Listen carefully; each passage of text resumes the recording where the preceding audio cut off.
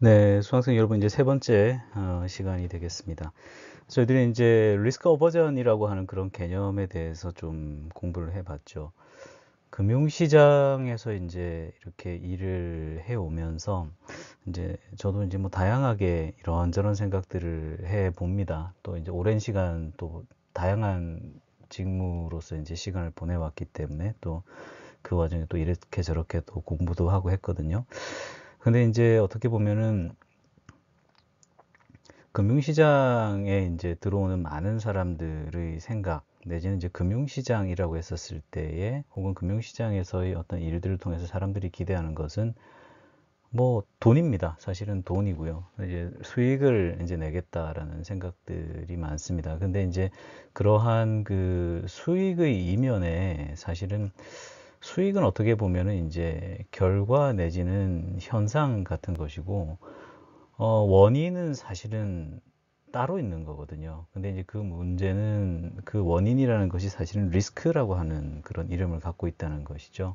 근데 이제 그러한 리스크의 그 종류가 사실은 굉장히 무궁무진하다라는 것에 어떻게 보면 이 금융업이 갖고 있는 어떤 고유의 특성이 거기 숨어 있지 않나 생각합니다. 왜냐하면 그 위험의 종류라는 것이 굉장히 다양한데요.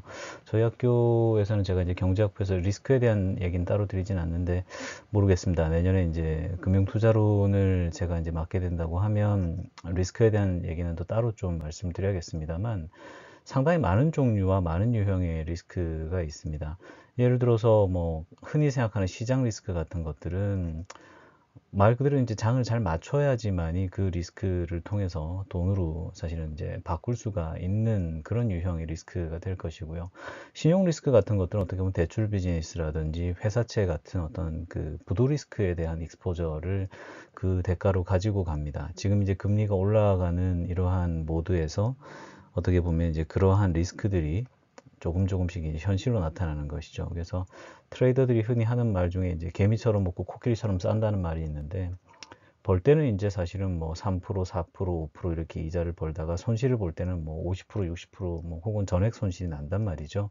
그래서 이제 그런 것들이 인더 롱런으로 갔었을 때 과연 어떤 의미를 주느냐라고 하는 거에 대한 그런 비즈니스의 본질에 대한 통찰이 있어야 합니다. 또 뿐만 아니라 세상이 변해가기 때문에 그때그때 사회의 제도나 유행이 변하죠. 그래서 그러한 과정 중에 이제 나타나는 게 규제 차익 같은 것들도 있어요. 그래서 규제의 시스템에서 어떻게 보면은 좀 벗어나 있음으로 인해서 굉장히 손쉽게 돈을 벌어갈 수 있는 그러한 부분들도 있는 것이고, 혹은 뭐 테크놀로지 같은 것도 있죠. 우리 학교 학생들이 관련된 일을 할지는 모르겠지만은 뭐 예를 들어서 테크놀로지 상의 이점을 가지고서 남들보다 좀 더 빠른 주문을 낸다던가, 혹은 계량 기법상의 어떤 진보 내지는 좋은 통찰을 통해서 리스크 대비 리워드 상의 어떤 엣지를 가지고서 통계적으로 접근하는 뭐 이제 그런 걸 보통은 스태티스티컬 아비트리지라고 합니다만은 뭐 이제 그런 부분들도 있고, 그다음에 이제 또 실물 자산으로 또 넘어가게 되면 또 다른 유형들의 막 위험들이 있고 막 이런 식이기 때문에 사실 리스크에 대한 본질을 안다는 것, 그리고 이제 그 리스크를 통제하고 관리한다는 것이 어떻게 보면 리스크 어버전의 어떤 그 공부를 통해서 저희가 생각해 보는 그런 지점들이 아닌가 싶습니다. 지난 시간에 이제 저희가 효용과 뭐 기대 효용 이런 개념이라든지, 혹은 뭐 또 위험 회피, 리스크 어벌전에 대한 개념들 이런 것들을 다양하게 저희가 학습을 해봤는데요. 이번 시간에는 이제 확률적 지배의 개념에 대해서 알아보고자 합니다. 저희가 이제 지금 지난 시간까지 배웠던 절대 위험 회피라든지 상대 위험 회피, 그다음에 확실성 등간의 리스크 프리미엄 같은 개념들은요. 파이낸스의 어떻게 보면 이제 기저에서 금융에 관련된 문제를 분석하는 데 있어서 굉장히 좀 중요한 기둥과 같은 개념들이다라고 제가 감히 말씀을 드립니다.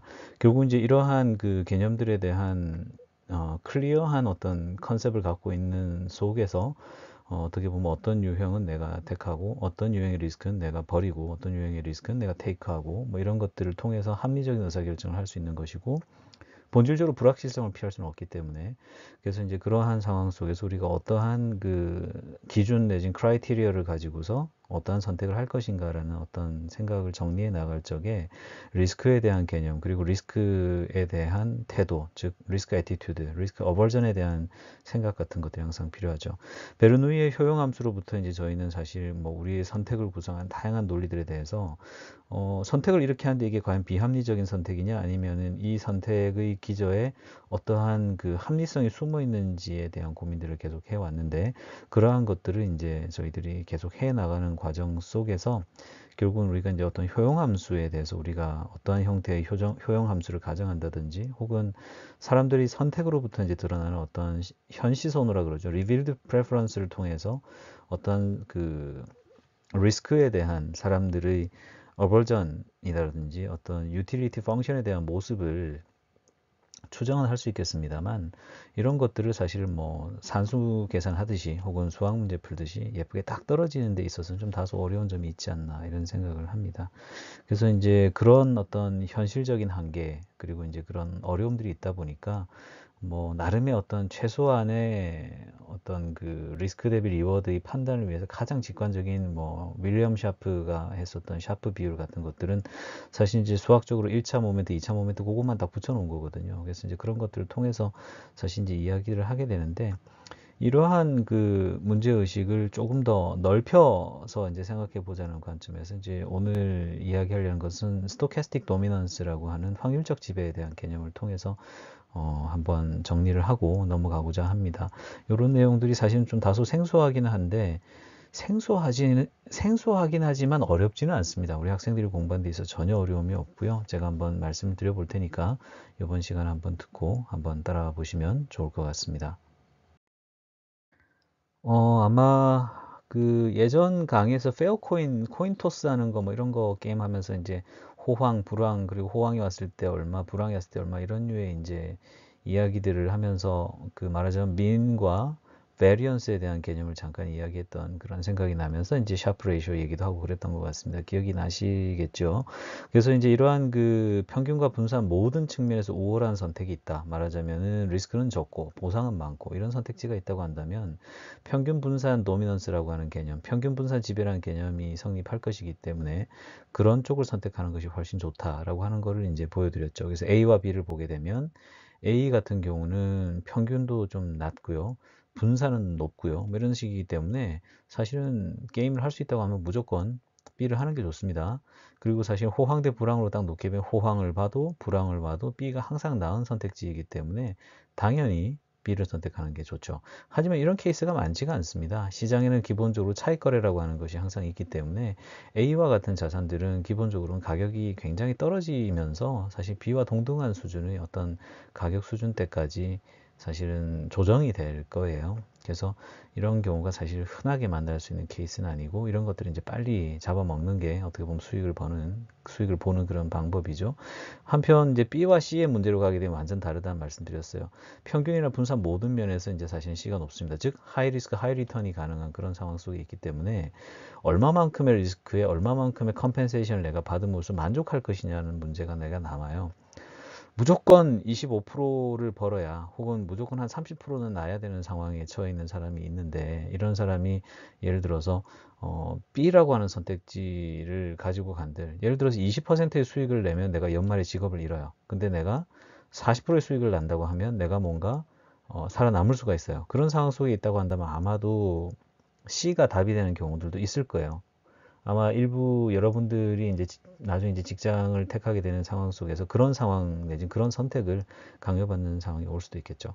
어쨌건 이제 그런 상황 속에서 이제 드러나는 건 상황 논리가 되겠습니다. 그래서 위험에 대한 태도와 함께 어떠한 조건 하에서 내가 선택을 하는가의 문제들도 항상 이제 영향을 주기 때문에, 그래서 이제 불확실성 하에서 의사결정한다는 게 참 어려운 문제다, 이렇게 말씀을 드릴 수가 있겠네요. 여기 두 개의 주사위가 있습니다. 주사위를 던져서 나오는 눈금만큼을 내가 이제 페이오프로서 가져가는 그런 게임을 한다고 쳐요. 어떤 쪽을 선택하는 것이 바람직한 선택일까 이렇게 생각을 해보기 위해서 보기에는 사실 똑같은 주사위지만은 사실 좀 차이가 있습니다. 첫 번째 1번 주사위 같은 경우는 보신 것처럼 1, 2, 3, 4, 5, 6 이렇게 눈금을 가지고 있습니다. 한편 2번 주사위는 2, 3, 4, 5, 6, 7로 구성되어 있는 눈금을 갖고 있습니다. 이러한 상황에서는 저희가 아무런 고민 없이 두 번째 주사위를 고를 거예요. 그건 왜 그렇겠습니까? 아까 살펴봤던 것처럼 이제 샤프 비율의 관점에서도 저희가 볼 수가 있을 거고요. 혹은 그 저희 평균과 분산의 어떤 도미넌스의 개념을 통해서도 저희가 이제 이것을 살펴볼 수가 있을 것입니다. 결과론적으로는 똑같은 리스크, 똑같은 표준 편차 하에서 그래도 평균이 높은 두 번째가 좋다라고 하는 게 훨씬 좀 편하게 우리가 생각해 볼 수 있는 그런 부분이 되겠죠. 그래서 이 아까 살펴봤던 그 그래프 주사위 게임을 제가 이제 누적 확률 분포를 통해서 한번 해봤어요. 1, 2, 3, 4, 5, 6, 7까지 가는 각 눈금별 일종의 누적 확률인 것입니다. 6분의 1씩 사실은 더해지겠죠. 주사위 1 같은 경우는 1에서 6분의 1, 2에서 6분의 2, 3, 4, 5, 6까지 가면서 100%가 다 차게 될 겁니다. 한편 주사위 2 같은 경우는 0이나 1일 때는 반응이 없다가 2일 때 비로소 6분의 1, 3일 때 6분의 2, 4일 때 6분의 3 이런 식으로 하여서 7이 되었을 때 마침내 누적 확률이 100%가 될 것입니다. 이러한 관점에서 사실 이제 보게 된다고 하면 주사위 2는 주사위 1 대비해서 상대적으로 더 나은 페이오프를 가지고 있다 이렇게 이야기할 수 있을 것이고요.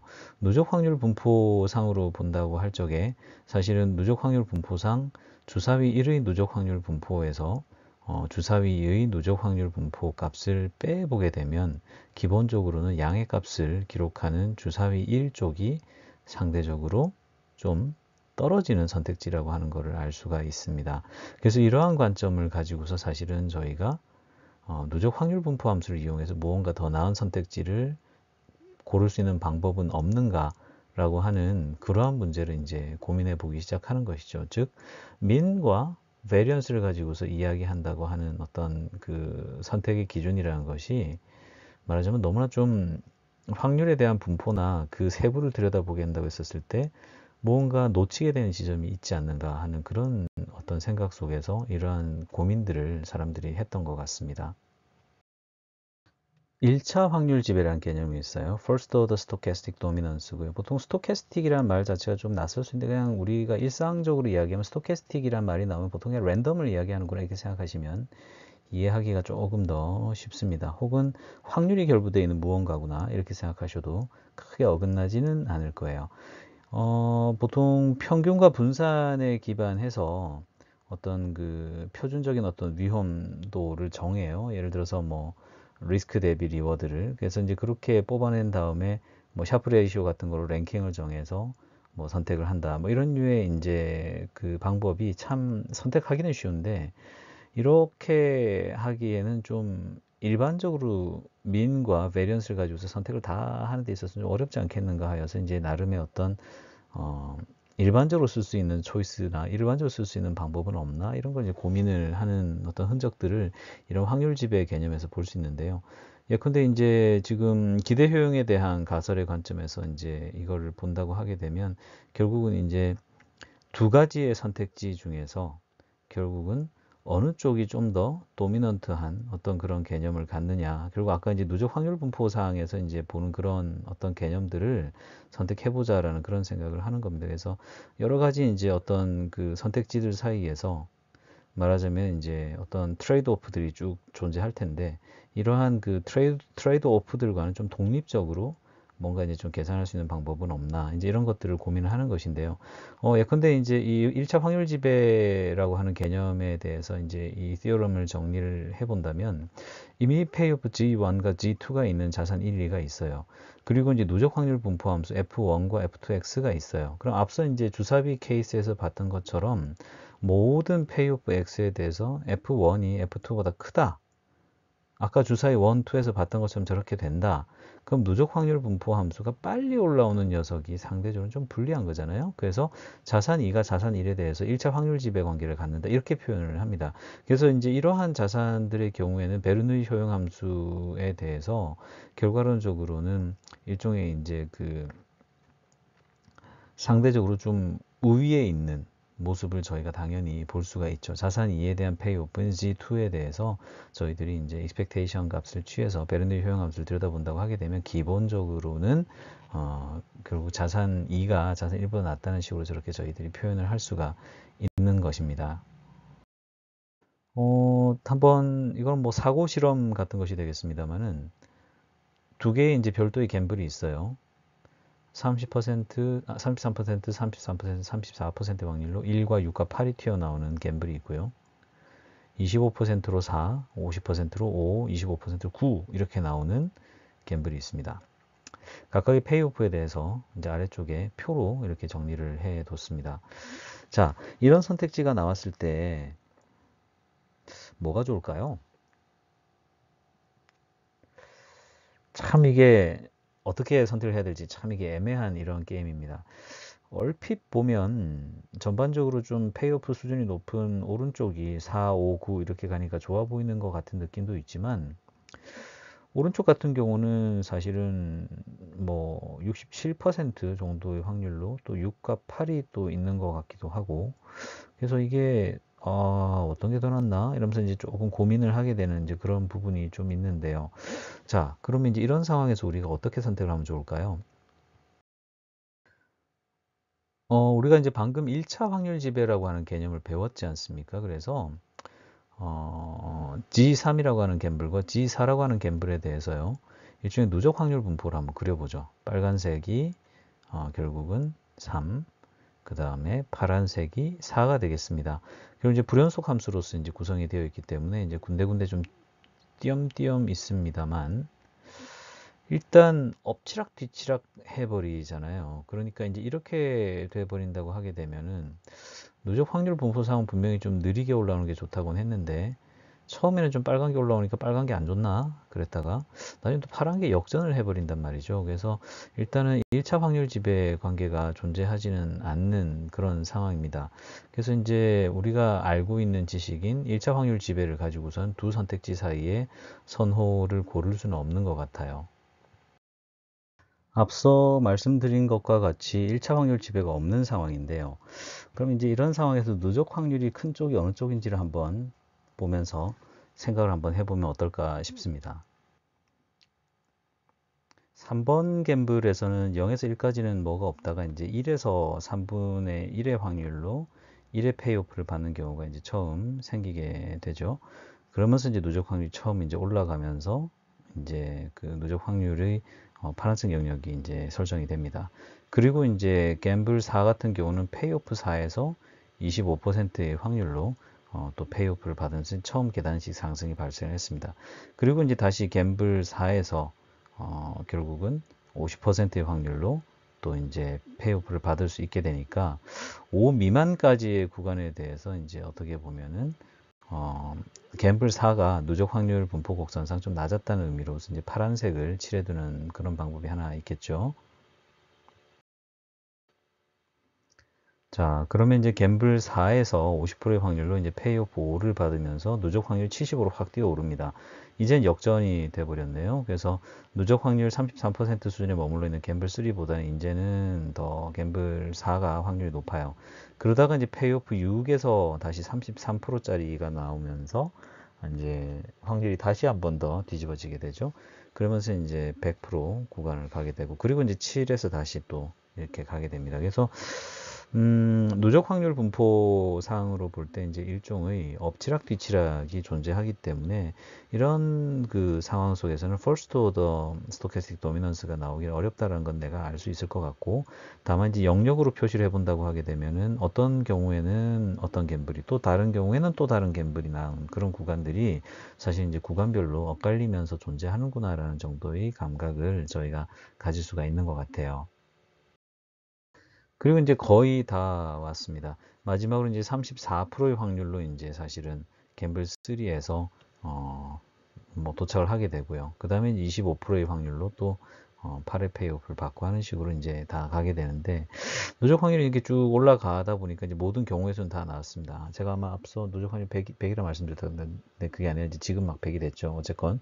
그래서 이제 종합적으로 보게 되면은 면적상으로는 파란색 면적이 더 커 보여요. 그래서 이처럼 이제 누적 확률의 개념으로 누적 확률 분포를 그려놓고서 어느 쪽이 좀 더 우월한 구간이 많은지의 면적을 갖다가 계산해 갖고, 그래도 이 누적 확률 면적이 큰 쪽이 더 나은 거 아니냐, 덜한 거 아니냐, 뭐 약간 이제 이런 식의 개념을 가지고서 따져보는 게 2차 확률 지배 개념이에요. 1차 확률 지배처럼 이제 딱 전 구간에 걸쳐 압도하진 못하지만 엎치락 뒤치락 하는 속에 그래도 상대적으로 좀 느리게 올라오는 녀석이 좀 있는데, 그런 녀석이라면 사실은 더 우월한 선택으로 본다라고 하는 약간 그런 개념으로 이해하시면 좋을 것 같고, 지금 그림상으로 봐도 확연히 파란색 사각형이 좀 면적이 큽니다. 그래서 이제 2차 확률 지배에 대한 개념을 이렇게 놓고 본다고 하게 되면 각각의 페이오프 G3과 G4가 있고요. 자산 3사에 대해서요. 그리고 이제 각각의 그 누적 확률 분포 함수 F3와 F4가 있다고 쳐요. 그러면 이제 적분을 하는 거죠. 모든 페이오프에 대해서 마이너스 X로부터 뭐 X 바까지 선택을 해가지고서 이제 말하자면 일종의 적분을 해 보는 겁니다. 그러면 이제 결국 누적 확률 분포 함수만 내가 구할 수 있다라고 한다면, 사실은 이제 적분을 해보게 되면 어떤 게 더 나은 녀석이다라고 하는 거를 저희들이 알아챌 수가 있기 때문에, 이거는 이제 훨씬 더 좀 나이스한 개념이 되게 되죠. 민 리버전을 가지고, 민 베리언스 가지고 이야기하는 것보다 말하자면 좀 이제 딱 떨어지는 이제 그런 느낌이 좀 있기 때문에, 그래서 이러한 그 관계가 성립하는 상황 속에서 자산사가 자산 3에 대해서 2차 확률 지배의 관계를 지닌다, 이런 식으로 저희가 표현을 하고요. 결국 이제 이런 상황 속에서는 이제 베르누이 효용 함수에 대해서 마지막 시기에 있는 것과 같은 형태의 어떤 우열 관계가 존재한다는 것을 저희가 이제 확률 지배의 개념을 통해서 한번 살펴봤습니다. 아까의 그래프에 대해서 저희들이 이제 표로서 한번 다 이렇게 계산을 해서 보는 그런 데이터를 한번 만들어 봤습니다. 지금 이제 보는 바와 같이 이제 정리가 되는 것이죠. 결과론적으로는 이제 이러한 상황 속에서 이제 각각의 그 확률 분포, 그 다음에 이제 누적 확률 분포, 그런 것도 이제 만들어서 이제 살펴보게 되면은 결국 이제 2차 확률 지배에 대한 어떤 계산이 가능해지게 되는 것인데요. 이러한 과정을 이제 전체 페이오프에 대해서 계산해서 이제 디스크리트한 형태라고 한다면 이렇게 이제 늘어다 놓고서 하는 방법도 아마 있을 거고요. 혹은 이제 아까 말씀드렸던 것처럼 그 확률의 그 분포 함수를 내가 안다라고 한다면 그 PDF를 혹은 그 CDF를 가지고서 뭔가 이제 수리적으로 처리를 한다고 하게 되면은 당연히 이제 저희들이 알 수가 있고, 혹은 이제 그런 것들을 요즘 워낙 컴퓨팅 파워가 좋으니까 그런 걸 이제 결국 데이터를 분석을 돌려가지고서 더 나은 이제 초이스를 택할 수도 있을 거고, 이제 그런 식의 것들을 할 수가 있죠. 그래서 결국 리스크 어버스한 투자자는 1차 확률 지배 관계에 있는 어떤 대안이 있다 그러면 당연히 그걸 선호할 거고, 1차 확률 지배 관계에 있는 녀석은 당연히 2차 확률 지배도 하고 있습니다. 하지만 2차 확률 지배를 하고 있을 때 1차 확률 지배를 이제 하고 있는 그런 역이 이제 성립하는 것은 아니기 때문에, 결과론적으로 이제 2차 확률 지배가 있을 때에는 이런 것들을 이제 하나의 어떤 툴로서 활용을 해서 일종의 이제 그래도 통계적으로 좀 더 나은 선택지를 찾아갈 수 있는 그런 편리한 도구가 될 수는 있을 겁니다. mean preserving spreads라고 하는 그런 말이 있습니다. 그러니까 평균 보존 스프레드, 뭐 약간 이런 느낌인데요. 보통 그 mean preserving spread 이렇게 이제 이야기를 한다고 하게 되면 A, B 두 개의 대안에 대해서 이제 일종의 확률 분포를 쉬프트하지 않고 확률 및또 함수를 좀 바꾸는 그런 형태를 생각하시면 좋아요. 아까 이제 확률 지배 개념과 이제 결부해서 이렇게 생각해 보면 좀 더 이해하기 쉽지 않을까 싶긴 한데요. 예컨대 이제 확률 밀도 함수가 A가 존재해요. FA라는 게 존재할 때에 이 FA의 중심에서 확률 가중치의 어떤 부분을 떼서 주는 거예요. 예를 들어서 몸통에 있는 부분을 떼가지고 양쪽 꼬리로 넘겨준다든지 하게 되면 전체적으로 확률이 좀 스프레드 아웃 되는 그런 형태가 좀 나오겠죠. 반대로 퍼져 있는 확률을 양쪽 끝단에서 확률 분포의 일정 부분을 떼서 또 가운데로 몰아주게 되면 가운데가 이제 좀 뚱뚱하고 양쪽 날개가 좀 얄쌍해지는 그런 형태의 분포가 나올 텐데, 또 그런 거는 어떻게 보면 또 mean preserving contraction 뭐 약간 이런 식으로 부를 수도 있을 거예요. 그래서 이제 이러한 상황 속에서 이제 일종의 그 동일한 민을 가지고 있는 상태이지만은 서로 다른 어떤 그 형상을 하고 있는 확률 분포에 대해서 저희들이 말하자면 새로운 확률 분포를 만드는 어떤 그런 과정이다라고 할 수 있을 겁니다. 예컨대 이제 쉬운 예로서 A, B 각각의 페이오프가 있는데 아래쪽에 이제 XA를 보시게 되면 반반의 확률로 5와 2가 나와요. 근데 이제 만약에 새로운 어떤 그 페이오프를 갖다 내가 만들기 위해서 G라고 하는 녀석을 더해줘요. A의 페이오프에. 그러면 이제 2분의 1로 되어 있던 녀석이 다시 반반으로 쪼개지면서 각각 4분의 1의 확률로 6과 4와 3과 1로 이제 쪼개지는 상황이 생기겠죠. 바로 이제 이러한 식의 어떤 변환을 통해서 민 프리저빙이 가능한 거는 이 G라고 하는 녀석의 평균이 제로이기 때문에 이제 가능한 그런 개념이 될 것이고요. 전체적으로 더 스프레드 아웃이 되는 것은 G라고 하는 어떤 그 스토캐스틱한 요소가 하나 더해지면서 확률의 케이스, 말하자면 경우의 수가 이제 많아지는 어떤 그런 개념이라는 걸 알 수 있고, 이런 것들이 이제 2차 확률적 우위의 어떤 특별 케이스라고도 볼 수가 있을 겁니다. 그래서 이제 이러한 그 상황 하에서 만약에 이제 오목한 효용함수를 갖는 이제 모든 어떤 그런 에이전트가 있다고 한다면은 그러한 상황에서 이제 어느 쪽을 더 유리하게 보고서 더 좋은 초이스라고 택하게 될지는 이 그림을 통해서 보게 되면 좀 비교적 자명하게 보이지 않나 이런 생각을 하게 됩니다. 그래서 이제 이런 것들이 결국 2차 확률 우위의 어떤 스페셜한 케이스로서 다뤄질 수가 있는 것이겠죠. 네, 그래서 이제 이번 시간에는 좀 더 일반적으로 쓸 수 있는 도구, 선택의 도구로서 어떻게 하면 리스크 대비 리워드를 다룰 수 있는가라는 고민을 하던 사람들이 결과론적으로 이제 만들어낸 스토캐스틱 도미넌스라고 하는 개념을 통해서 서로 다른 선택지에 대해서 확률 분포를 통해서 어떻게 보면은 우월한 선택지를 통계적으로 좀 더 일반적인 해로서 뽑아낼 수 있는 그런 과정들을 보여드렸습니다. 그래서 이제 이러한 것들을 통해서 우리들이 리스크에 대한 우리의 태도라고 하는 개념에 대해서 좀 이렇게 길게 한번 생각을 해봤습니다. 아마 파이낸스라고 하는 어떤 주제에 대해서 관심을 가지고서 있는 분들은 아까 말씀드린 것처럼 결국은 다 돈이기 때문에요. 돈에 대한 관심을 가지고서 이제 출발하는 경우들이 많습니다. 근데 이제 아까 말씀드렸던 것처럼 돈이라고 하는 것은 어떤 결과 내지 현상인 것이고 그 이면에 이제 사실은 그 현상의 원인이 있거든요. 원인이 있기 때문에 이제 그 결과가 나온 것인데, 이제 그러한 과정에서 내가 그 원인이라고 하는 것을 내가 취한다고 할 적에, 결국 내가 취하는 행동이라는 거는 결과의 어떤 그 다양성, 내지는 결과의 어떤 랜덤니스를 가지고 있는 소위 말하는 불확실성을 갖다가 내가 취하는 행동인 것이고요. 그 불확실성이 표출될 때, 페이오프로 표출될 때 어떠한 형태로 표출될 것이냐라고 하는 거에 대한 고민을 사실은 이제 하는 것이 바로 이러한 리스크에 대한 나의 애티튜드, 혹은 또 리스크에 대해서 우리가 생각해보는 확률적 지배, 혹은 또 뭐 민 베리언스 같은 다양한 어떤 리스크에 대한 어떤 측도들, 그리고 또 이제 그러한 그 페이오프 중심의 사고뿐만이 아니라 나의 효용이라고 하는 관점에서 바라볼 때 내가 벌긴 버는데 어떠한 형태로 벌 것이냐라고 하는 거에 대한 그런 고민들, 손실을 보기는 볼 것인데 어느 정도까지 내가 각오할 것인가에 대한 그런 선택들, 그런 것들이 결과론적으로는 우리가 이야기하던 어떤 그 리스크 어버전의 개념으로서 이제 나타나게 된다는 것을 다시 한번 말씀을 드리면서 이러한 개념들을 갖다 한번 생각해 보면서 파이낸스라고 하는 거에 대한 어떤 생각들을 하게 되는 그런 계기를 한번 가져보시면 어떨까 이런 생각을 해 봅니다. 그러면 일단 준비한 내용 여기까지가 되겠고요. 다음 시간에 뵙도록 하겠습니다. 모두 수고 많았습니다.